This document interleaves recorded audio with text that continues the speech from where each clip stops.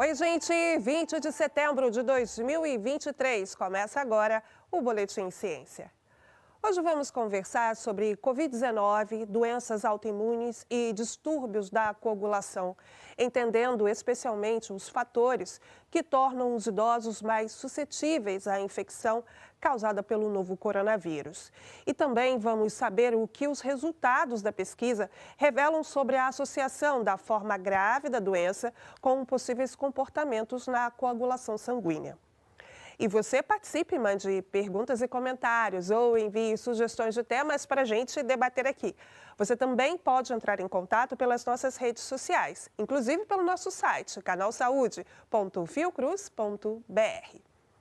A infecção causada pelo novo coronavírus pode disparar a produção de autoanticorpos e, a partir daí, estabelecer uma relação significativa com doenças autoimunes. É o que revela um estudo conduzido por pesquisadores da Faculdade de Medicina da Universidade de São Paulo, a USP, inclusive com colaboração de pesquisadores da Alemanha e dos Estados Unidos, ampliando o entendimento sobre a Covid-19 e possíveis agravos à saúde, incluindo a trombose.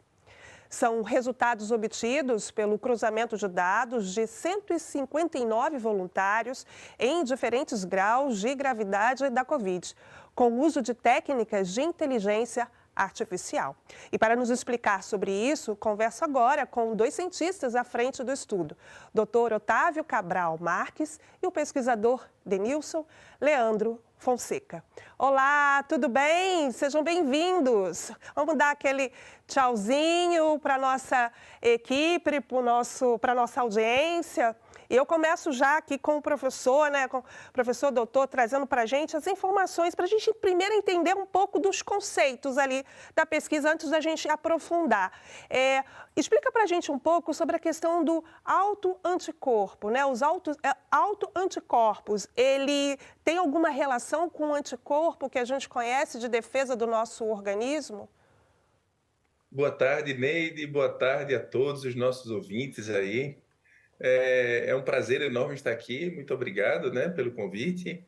E a pergunta é excelente para a gente começar o nosso bate-papo, porque, de fato, os autoanticorpos são anticorpos, mas nem todos os anticorpos são autoanticorpos. Autoanticorpos seriam aqueles que reconhecem moléculas do nosso próprio organismo, moléculas que a gente chama de moléculas endógenas. Ao passo que os anticorpos, eles, de uma forma geral, reconhecem moléculas exógenas, patógenos, micro-organismos, organismos que não pertencem ao nosso organismo propriamente dito. Podem estar vivendo em relação ou podem ser invasores causadores de patologias, Então, os autoanticorpos são como se fossem sentinelas, eles ficam vigilantes. É como uma mãe ou alguém que quer deixar uma casa segura e fica vigilante, fica observando. Então, para conhecer cada cantinho do nosso corpo e regular bem a estrutura funcional do nosso corpo, a gente tem os autoanticorpos junto com uma miríade de moléculas que fazem esse papel regulando, reconhecendo, e tem várias funções para os autoanticorpos, nele. Pois é, a gente já vai entender mais essa função até dele aí na pesquisa, mas agora eu passo essa bola para o Denison para trazer para a gente essa questão da relação com as doenças autoimunes, Traz também para a gente, por favor, alguns exemplos das doenças relacionadas. Muito boa tarde a todos, eu agradeço demais o convite de estar aqui, é uma honra irradiante estar aqui presente hoje. A relação dos autoanticorpos com doenças autoimunes é totalmente o oposto da natureza de um autoanticorpo em controle ou equilibrar o organismo, Então, o desenvolvimento de uma doença autoimune é exatamente o descontrole ou desbalanço em quantidade desses autoanticorpos por uma proteína específica do corpo, Como exemplo, o lúpus, esclerose múltipla, são doenças bastante conhecidas aí, que também estão relacionadas a doenças infecciosas. E aí agora a ponte que a gente já faz, né, com o professor doutor é justamente dessa relação com a coagulação. E aí aonde entra esse processo, né, dessa, digamos, de desregulagem, né, aí desse organismo, causando até inclusive a trombose. Boa, Neide, boa pergunta. Vamos fazer uma analogia para facilitar o entendimento aí para os nossos ouvintes, que um carro, ele acelera, freia, né? E ele para em alguns momentos, fica neutro. Então, a função dos autoanticorpos mais ou menos segue esse padrão. Então, alguns anticorpos, autoanticorpos, por exemplo, a ausência deles ou a redução deles pode causar uma doença também, ou pode estar atrelada a doenças autoimunes, né? E ao passo que outros, o aumento desses outros autoanticorpos pode daí desencadear. Então, tudo é uma questão de equilíbrio. E achar esse equilíbrio é o que mantém a gente fisiologicamente estável, saudável.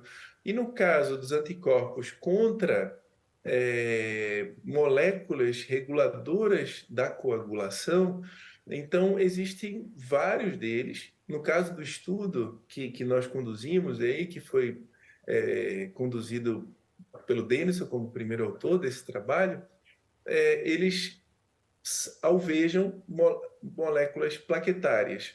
Então, você pode estar aí, nesse caso, desencadeando a ativação da coagulação, que age intimamente ligado com o sistema imunológico, né? Então, cartesianamente, né, por questões de classificação, a ciência separou, né, os fisiologistas separaram o sistema imunológico do sistema de coagulação sanguínea. Só que eles agem muito intimamente, eles se complementam e eles trabalham conjuntamente.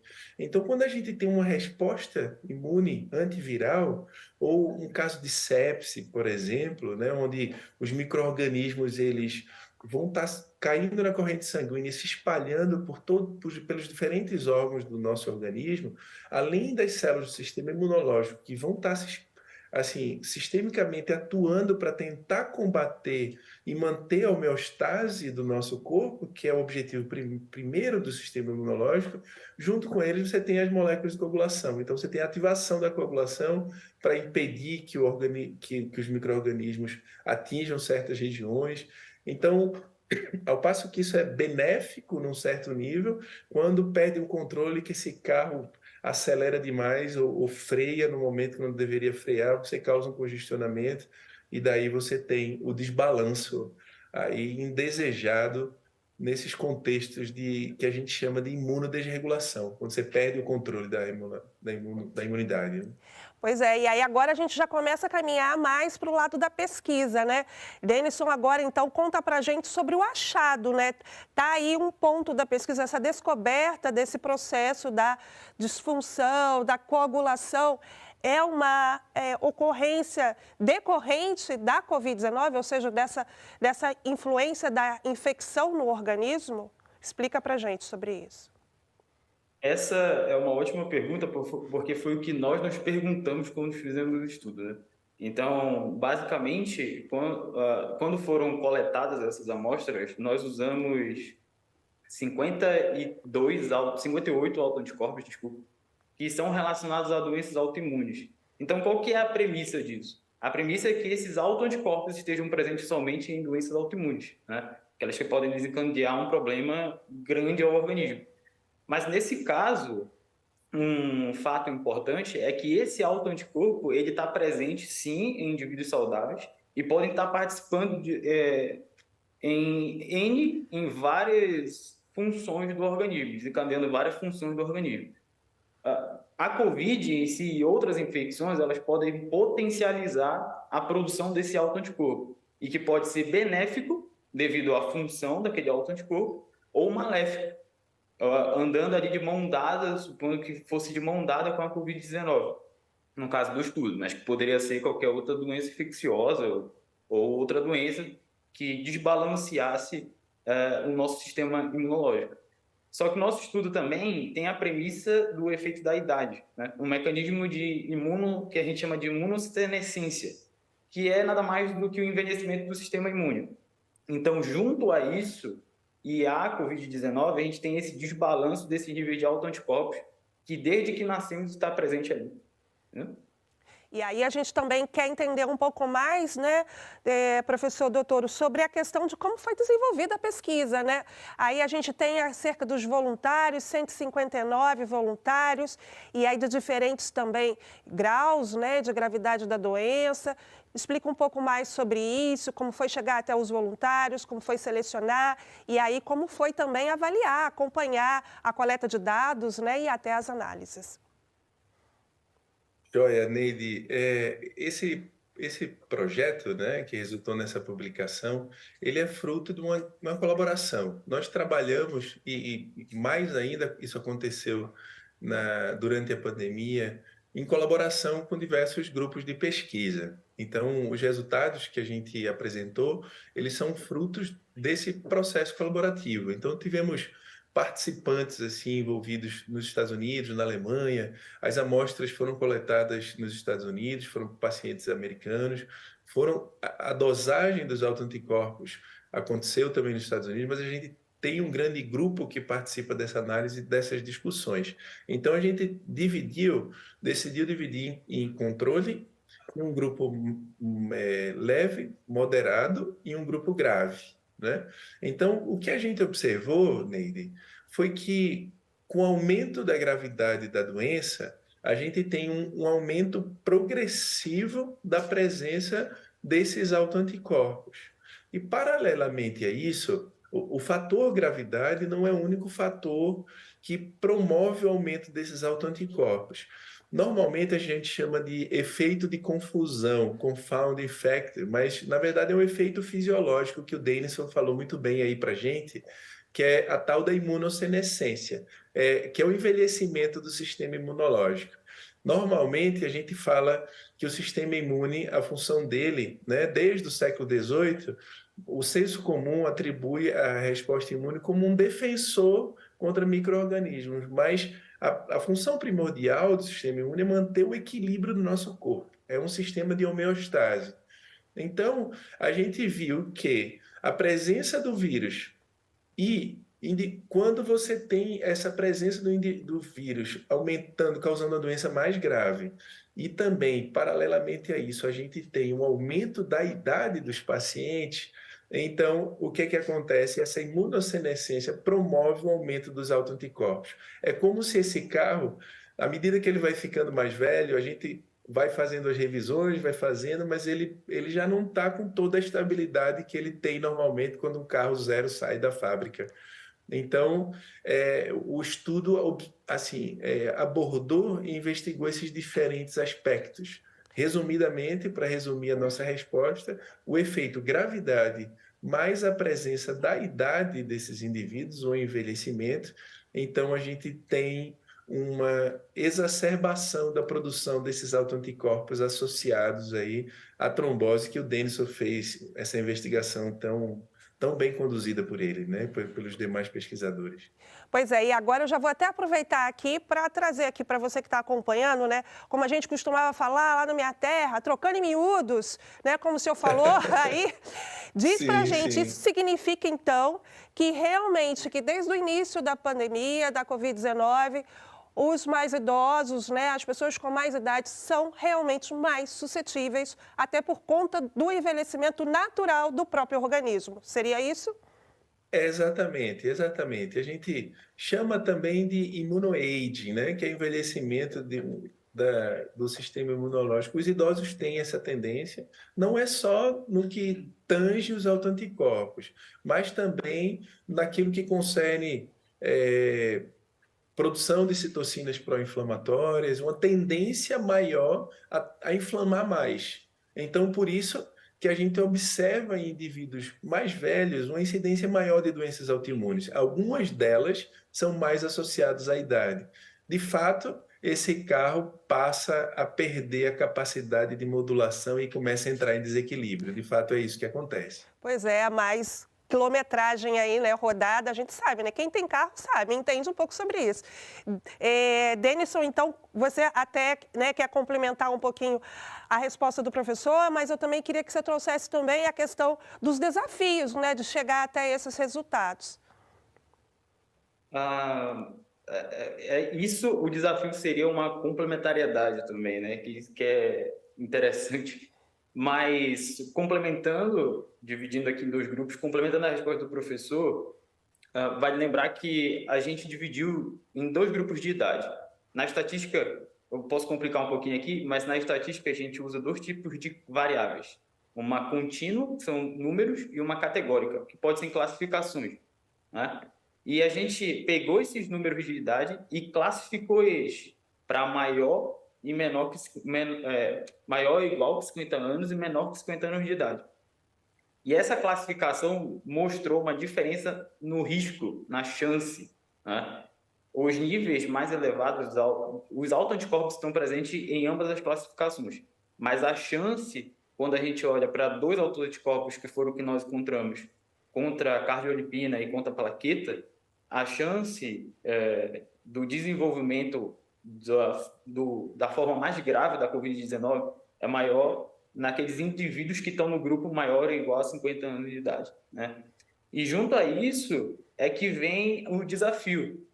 Acho que o professor lembra bem de ainda não existir esse trabalho, mas de quando a gente se perguntou em unir as metodologias estatísticas, de quando a gente se perguntou o que a gente faz primeiro, porque quem vem primeiro, o ovo ou a galinha, nesse caso, né? A gente tem autoanticorpos, eles são desbalanceados com a Covid, e eu desenvolvo uma forma mais grave da doença, ou esses autoanticorpos, eles aumentam à medida que eu estou já na forma mais grave da doença. Você consegue entender? Sim. Então, para unir essas metodologias estatísticas foi um pouco complicado, porque a gente não saberia dizer quem vem primeiro, ou os níveis dos autoanticorpos e a gravidade, ou a gravidade e os níveis dos autoanticorpos. Então, nós unimos essas duas perspectivas e chegamos no mesmo resultado, né? Porque ambas apontaram para acho que dois grandes autoanticorpos, no caso do nosso estudo, que é o contra a cardiolipina e contra a plaqueta. Eu acredito que esse tenha sido o principal desafio. Então, isso significa que tanto um lado quanto o outro influencia, né, para a questão da coagulação, questão da trombose, de outros agravos, né, a doença. E aí a gente já está quase caminhando aqui, né, para o finalzinho do nosso programa, e eu vou repassar até para o professor doutor para ampliar agora o campo para a gente e dizer como esse estudo, né, como a pesquisa também ajuda a gente a evoluir, a avançar em outros estudos, outras pesquisas, trazendo mais conhecimento e entendimento sobre doenças, não só da Covid, mas infecciosas. Neide, excelente pergunta. Eu acho que esse é um ponto interessante que a pesquisa traz como extrapolação, porque a Covid-19 ela mostrou vários aspectos imunodesregulatórios desencadeados por um vírus. E esses achados dessa pesquisa, especificamente, eles possivelmente podem ser aplicados assim, ou podem ser uma verdade também que precisa ser investigada para casos de sepse bacteriana, sepse por fungos, sepse por outros vírus. Então, hoje em dia, a sepse, e principalmente aquelas também causadas por doenças respiratórias, elas são causas de morte, né, de milhões de indivíduos mundo afora. Então, e a trombose especificamente é uma dessas causas. Então, se isso é verdade também para esses outros contextos infecciosos, a ideia seria, será que, e a pergunta que vem a partir desse estudo, será que se a gente consegue modular esses autoanticorpos, causar um bloqueio ou controlar os níveis deles, a gente consegue reduzir o nível de trombose, né? Por exemplo, a gente precisa dar um anticoagulante, muitos indivíduos recebiam anticoagulante, mas nem sempre isso era eficiente. Então, será que a gente entra com uma terapia adjuvante que precisa ser investigada, freando, assim, é como se vou pisar no freio do carro, mas não estou dando conta com os anticoagulantes. Então, vem ali e bota um outro freio, um outro peso para tentar trazer esse sistema novamente para o equilíbrio. Eu acho que é esse a contribuição que pode possivelmente E que precisa, obviamente, como ciência, de mais investigação para entender se isso de fato é verdade para outros contextos também. É isso, a gente segue avançando sempre. Agradeço imensamente a participação de vocês. Tenho que encerrar, a gente já está em cima aqui do nosso horário. Fica o nosso abraço e aquele adeuzinho de até a próxima. E você já sabe, fique com a gente, confira a nossa programação no site do Canal Saúde. Nos vemos ao vivo na sexta-feira, às 3 da tarde no YouTube e depois às 7h30 da noite. Até lá.